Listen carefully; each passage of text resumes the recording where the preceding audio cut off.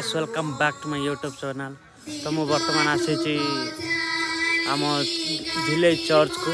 तो आज प्रे अच्छी डिसेम्बर 24 आज नाइट रे पूरा प्रे हम। तो आम तो मुझे जाऊँगी प्रे अटेंड करने को भीतर को।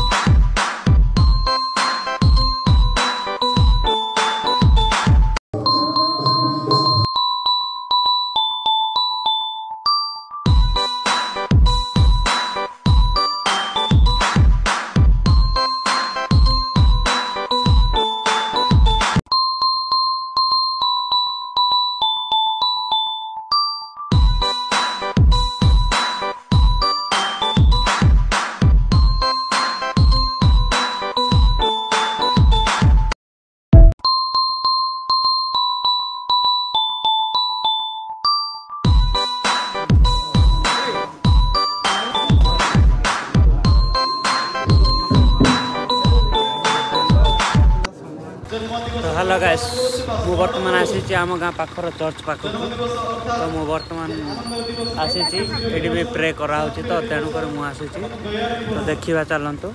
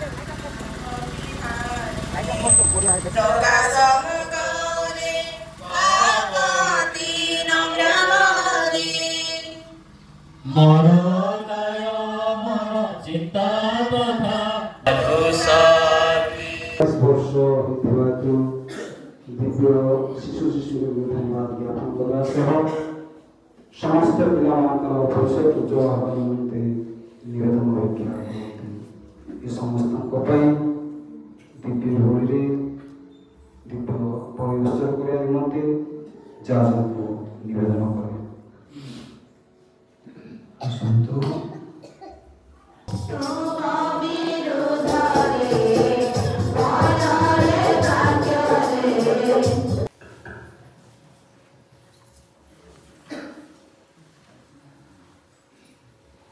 ପୁତ୍ର ଆମକୁ ପ୍ରଦତ୍ତ ହୋଇଛନ୍ତି। ଖ୍ରୀଷ୍ଟ ଜୟନ୍ତୀ ପ୍ରଥମ ଦ୍ୱିତୀୟ ତୃତୀୟ ବର୍ଷ ପାଇଁ ମଧ୍ୟରାତ୍ରି ଯଜ୍ଞ, ପ୍ରଥମ ପଠନ, ପ୍ରବକ୍ତା ଦିଶାଙ୍କ ଗ୍ରନ୍ଥରୁ ପାଠ, ଅଧ୍ୟାୟନ 1-7 ପଦ ଯାଏ। ଅନ୍ଧକାରରେ ବିଚରଣ କରୁଥିବା ଜନତା ମହାନ ଆଲୋକଟିଏ ଦର୍ଶନ କରୁଛନ୍ତି। ଗଭୀର ଅନ୍ଧକାର ଦେଶବାସୀଙ୍କ ଉପରେ ଜ୍ୟୋତି ଉପାସିତ ହୋଇଅଛି। ତୁମେ ଆମର ରାଜ୍ୟ ବହୁଗୁଣିତ କରି ତାର ଆନନ୍ଦ ବୃଦ୍ଧି କରିଅଛ। ତୁମ ସମ୍ମୁଖରେ ସେ ଶସ୍ୟ ଅମଳର ଆନନ୍ଦ ଓ ଲୁଣ୍ଠିତ ଦ୍ରବ୍ୟ ବଣ୍ଟନ କରିବା ସମୟ ସନ୍ତୋଷ ଅନୁଭବ କରନ୍ତି। ତୁମେ ମଦିଆନଙ୍କ ସମୟରେ ଘଟିଥିଲା ସଦୃଶ ସେମାନଙ୍କ ଦୁର୍ବହ ଜୁଆଳି, କାନ୍ଧର ଦୃଷ୍ଟି ଓ ଉତ୍ପୀଡ଼କର ଦଣ୍ଡ ଭଗ୍ନ କରିଅଛ। କାରଣ ଭୀଷଣ ସଂଗ୍ରାମରେ ଯୋଦ୍ଧାର ପାଦୁକା ଏବଂ ରକ୍ତ ରଞ୍ଜିତ ବସ୍ତ୍ର ଜାଳେଣୀ ସଦୃଶ ଅଗ୍ନିରେ ଦଗ୍ଧ ହେବ। କାରଣ ଶିଶୁଟିଏ ଆମ ପାଇଁ ଜନ୍ମ ହୋଇଛନ୍ତି, ଜଣେ ପୁତ୍ର ଆମକୁ ପ୍ରଦତ୍ତ ହୋଇଛନ୍ତି ଓ ତାଙ୍କରି ସ୍କନ୍ଧରେ ସ୍ଥାପିତ ହୋଇଅଛି। ଆଧିପତ୍ୟର ଭାର ସେ ନାମିତ ହୋଇଛନ୍ତି ବିଚିତ୍ର ପରାମର୍ଶଦାତା, ମହାଶକ୍ତିମାନ ପରମେଶ୍ୱର, ଅନନ୍ତ ପିତା ଓ ଶାନ୍ତିର ଅଧୀଶ୍ୱର।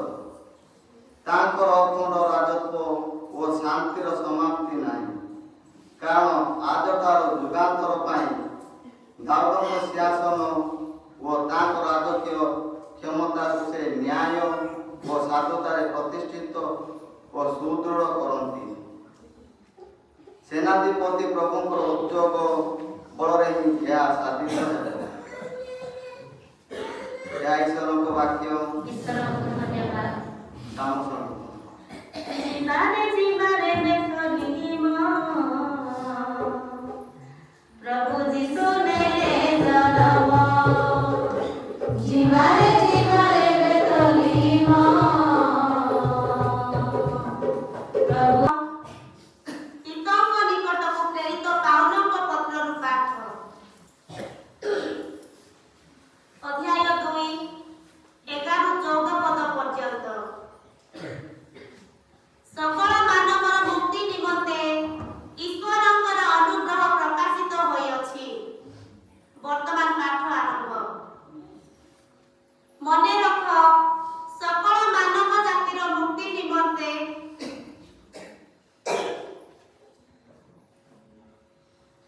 ଈଶ୍ୱରଙ୍କର ଅନୁଗ୍ରହ ପ୍ରକାଶିତ ହୋଇଅଛି। ସୁତରାଂ ଆମ୍ଭେମାନେ ସାଂସାରିକ ଅଭିଳାଷ ତ୍ୟାଗ କରି ଯେ সকল ଈଶ୍ୱରଙ୍କ ନିକଟକୁ ଗମନ କରିବା ପାଇଁ ଆମର ପ୍ରତିବନ୍ଧକ ହୁଏ, ସେ ସମସ୍ତ ବର୍ଜନ କରିବା। ପୁଣି ଆମମାନଙ୍କର ପ୍ରଭୁ ପରମେଶ୍ୱର ଏବଂ ତ୍ରାଣକର୍ତ୍ତା ଶ୍ରୀ ଯୀଶୁ ଖ୍ରୀଷ୍ଟଙ୍କ ଆଗମନ କାଳରେ ଆମମାନଙ୍କୁ ଯେଉଁ ଆଶୀଷ ପ୍ରଦାନ କରିବେ, ତାହାର ଆଶାରେ ସଂସାରରେ ଥିବା ଯାଏ ଆତ୍ମସଂଯମ ଓ ଧର୍ମମୟ ଜୀବନ ଯାପନ କରିବା।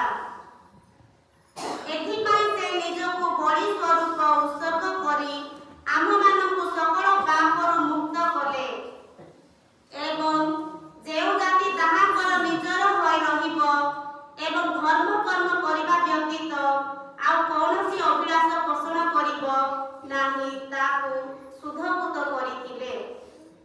ଏହା ଈଶ୍ୱରଙ୍କର ବାକ୍ୟ। ଜୟଗାନ। ଆଦ୍ୟରେ ଭାଗ୍ୟ ଥିଲେ ଭାଗ୍ୟ ଈଶ୍ୱର ଥିଲେ। 2-1-14 ପଦ ପର୍ଯ୍ୟନ୍ତ। ତୁମ ପାଇଁ ଆଜି ଜଣେ ତ୍ରାଣକର୍ତ୍ତା ଜନ୍ମ ହୋଇଛନ୍ତି। ସେହି ସମୟରେ ସମଗ୍ର ଜଗତର ଜନଗଣନା ନିମନ୍ତେ କୈସରଙ୍କ ଅଗଷ୍ଟ ଘୋଷଣା କଲେ। ସିରିଆର ରାଜ୍ୟ ରାଜ୍ୟପାଳ କୁରେନିୟଙ୍କ ଅମଳରେ ଏହି ସର୍ବପ୍ରଥମ ଜନଗଣନା ହେଲା। ସମସ୍ତେ ନିଜ ନିଜ ନଗରକୁ ନାମଭୁକ୍ତ କରିବାକୁ ଗଲେ। ଯୋସେଫ ମଧ୍ୟ ଗାଲିଲିର ନାଜରେଥ ନଗରରୁ ଯିହୁଦାର ବେଥଲେହେମକୁ ଦାଉଦଙ୍କ ନଗରକୁ ଗଲେ, କାରଣ ସେ ଦାଉଦଙ୍କ ବଂଶ ଓ ସ୍ୱଗୋତ୍ର ଥିଲେ। ତାହାଙ୍କର ଆସନ ପ୍ରସବା ପତ୍ନୀ ମଧ୍ୟ ତାଙ୍କ ସହିତ ନାମ ଲେଖାଇବାକୁ ଗଲେ। ସେମାନେ ସେଠାରେ ଥିବାବେଳେ ମାରିଆଙ୍କର ପ୍ରସବ ସମୟ ଉପସ୍ଥିତ ହେଲା। ସେ ପ୍ରଥମ ଜାତ ପୁତ୍ର ପ୍ରସବ କରି ତାହାଙ୍କୁ ବସ୍ତ୍ରରେ ଆବୃତ କରି ଗୋଟାଏ କୁଣ୍ଡରେ ରଖିଲେ, କାରଣ ପାନ୍ଥଶାଳରେ ସ୍ଥାନ ନଥିଲା। ସେହି ଅଞ୍ଚଳରେ ମେଷପାଳକମାନେ ରାତ୍ରି ଅନିଦ୍ରା ରହି ସେମାନଙ୍କର ବେଶ ଜଗୁଥିଲେ। ହଠାତ୍ ପ୍ରଭୁଙ୍କର ଜଣେ ଦୂତ ତାଙ୍କ ନିକଟରେ ଉପସ୍ଥିତ ହେଲେ। ପ୍ରଭୁଙ୍କର ମହିମାର ପ୍ରତୀତି ସେମାନଙ୍କ ଚତୁର୍ଦିଗରେ ଉଦ୍ଭାସିତ ହେଲା। ସେମାନେ ଭୀତ ହେଲେ, କିନ୍ତୁ ଦେବଦୂତ ସେମାନଙ୍କୁ କହିଲେ, ଭୟ କର ନାହିଁ। ଯେଉଁ ପରମ ଆନନ୍ଦ ସମସ୍ତେ ଲାଭ କରିବେ, ମୁଁ ତୁମମାନଙ୍କୁ ତାହାର ସମାଚାର ଜଣାଉଅଛି। ଆଜି ଦାଉଦଙ୍କ ନଗରରେ ତୁମର ତ୍ରାଣକର୍ତ୍ତା ଜନ୍ମଗ୍ରହଣ କରିଛନ୍ତି। ସେ ପ୍ରଭୁ ଖ୍ରୀଷ୍ଟ। ଏହି ନିଦର୍ଶନ ଦ୍ୱାରା ତାଙ୍କୁ ଚିହ୍ନିବ। ସେ ବସ୍ତ୍ରରେ ଆବୃତ ହୋଇଥିବେ, ପୁଣି କୁଣ୍ଡରେ ଶୋଇଥିବେ। ଅକସ୍ମାତ୍ ଦେବଦୂତଙ୍କ ନିକଟରେ ଅସଂଖ୍ୟ ସ୍ୱର୍ଗୀୟ ସେନାବାହିନୀ ଦେଖାଦେଲେ, ଏବଂ ସେମାନେ ଈଶ୍ୱରଙ୍କର ଜୟଗାନ କରିବାକୁ ଲାଗିଲେ। ଊର୍ଦ୍ଧ୍ୱଲୋକରେ ପ୍ରଭୁଙ୍କର ଜୟ, ଏବଂ ପୃଥିବୀରେ ତାଙ୍କ ପ୍ରିୟଜନଙ୍କର ଶାନ୍ତି ହେଉ। ପ୍ରଭୁଙ୍କର ପୁଣ୍ୟ ସୁସମାଚାର।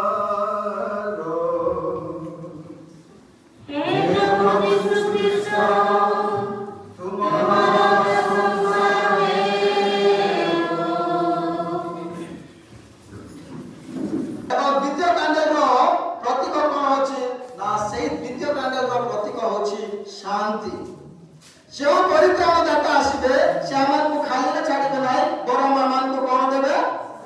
शांति प्रदान करिबे। सेही आशा रे हमें रहिछु कोन पाई ना शांति पाइबा पाई। एवं तृतीय कांड रो प्रतीक कोन होछि? आनंद।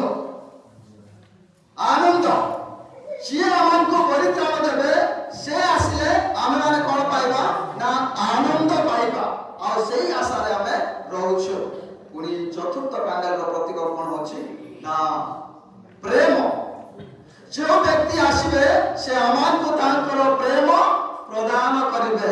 Hallelujah hallelujah hallelujah hallelujah hallelujah hallelujah. भाई भौणी माने एई चारोटी कांडल को मो चारि जन व्यक्ति को सहित संयोग करी बुझेबा पाई चेष्टा करबी। आसंतु आमे समस्त टिके बुझिबा पाई चेष्टा करिबे। प्रथम कांडल रो प्रतीक होछि आशा। आ से आशा रो प्रतीक होछि केना एलिजाबेथ।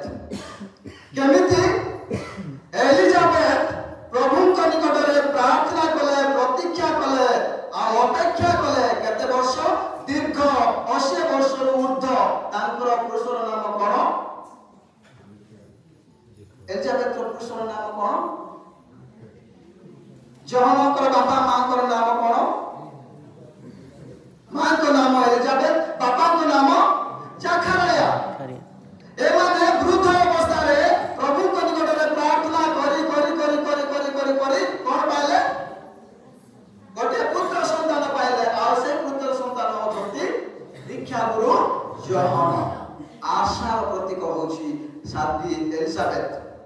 एवं द्वितीय कांड होछि शांतिर प्रतीक। आ ए शांतिर प्रतीक किए ना कुमारी मारिया।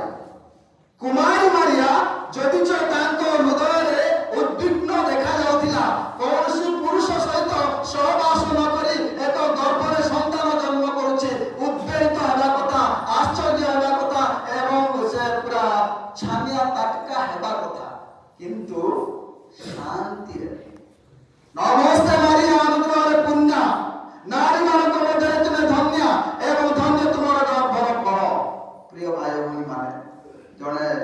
ଝିଅ ଜଣେ 15-16 ବର୍ଷର ଝିଅ ଏହିପରି କେମିତି ହେବ ବୋଲି ତଥାପି ସେ ଡାଉଟ୍ କଲେ ଏବଂ ବିଶ୍ୱାସ କଲେ ନାହିଁ, କିନ୍ତୁ ପବିତ୍ର ଆତ୍ମାଙ୍କର ଶକ୍ତି ତାଙ୍କଠାରେ ଥିଲା। ଆଉ ସେହି ସମସ୍ତ ସୁସଂବାଦକୁ କୁମାରୀ ମାରିଆ ଶାନ୍ତିରେ ଗ୍ରହଣ କଲେ।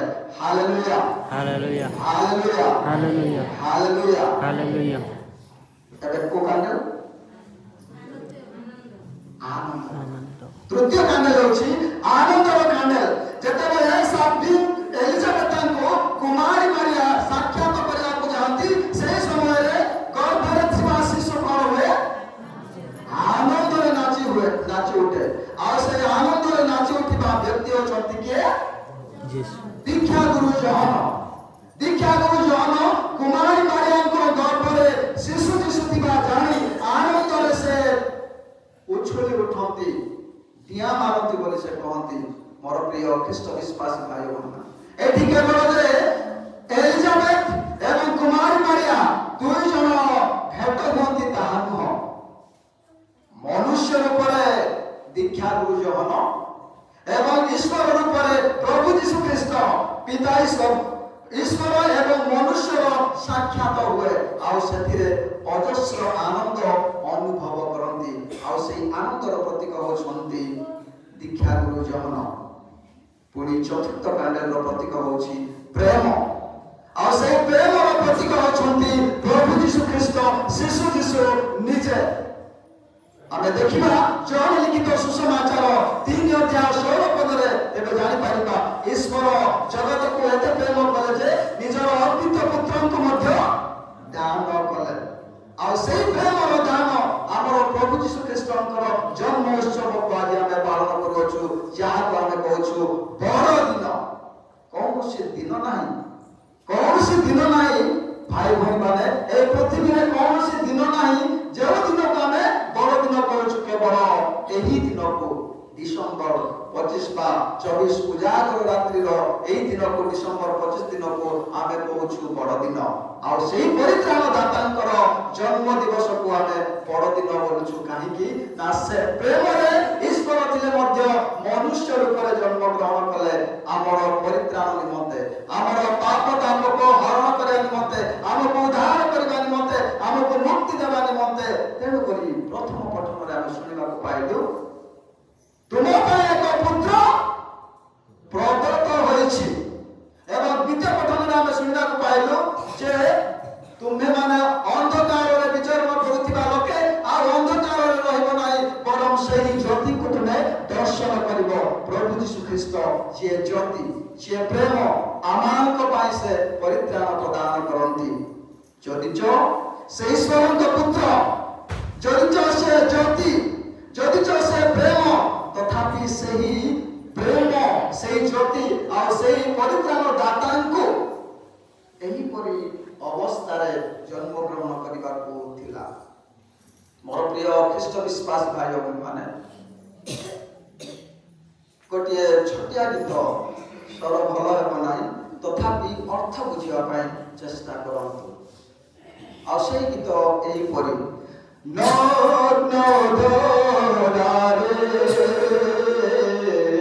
ଶିଶୁ ଜନ୍ମିଲେ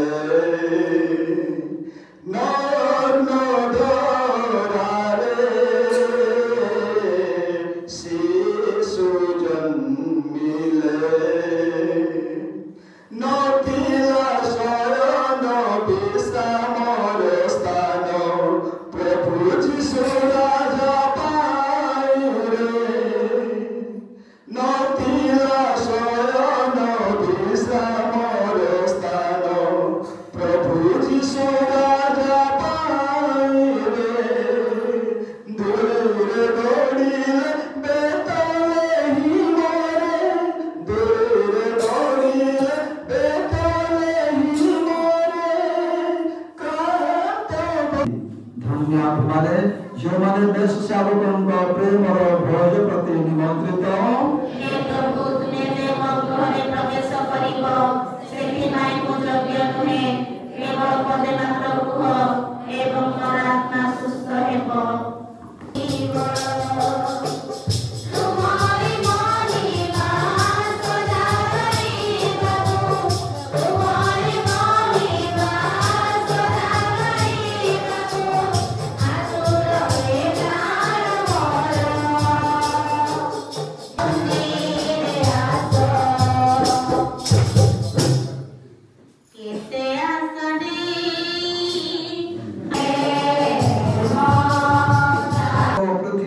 मिलन आसिला से तुम्भमानकु शांति सदिच्छा एवं समग्र स्वर्गीय सेवा सहित संगति स्थापन करंतु आमेन।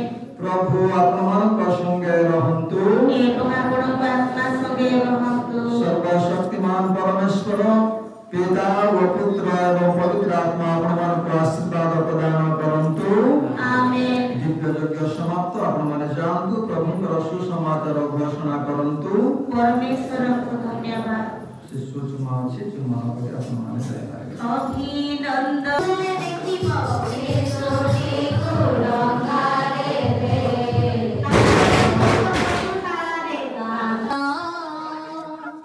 केते सुंदर केते मधुर